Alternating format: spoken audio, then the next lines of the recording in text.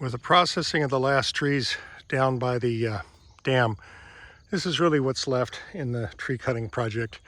There's a number of trees that had to be felled down into the pond based on their direction of lean. So I've got to get some cables and chains around these trunks and start pulling them out of the pond. Then I can cut them up. So we've got one on the left over here, 2, 3, 4, 5, 6. There's between 6 and 8 trees of various sizes and shapes down here in the pond that have to be processed. And this is probably a week's worth of work.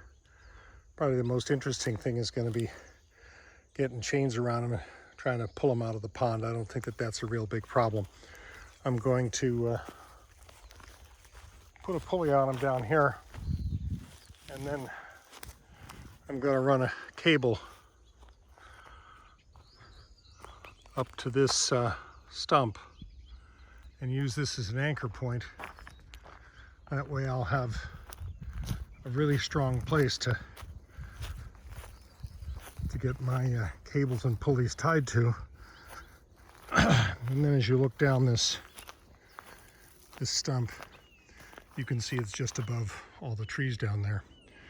So I should be able to pull them up, get it close to the road, cut off a log, cut off a section, remount the chain, pull it up some more. But that's mostly work for the tractor. Then I can saw them up and get them out of there. Anyway, again, it's an absolutely beautiful day. Sun is just coming up. Trees are doing really well.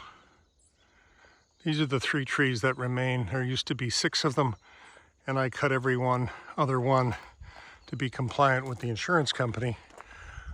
But it actually turned out to be pretty nice. The one in the center is a little bit stunted in its side growth because it was shaded so much by the other 2 trees next to it.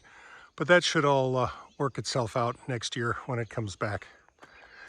Anyway, that's the end of the report for Saturday the 20th. Another beautiful day in Fiddletown.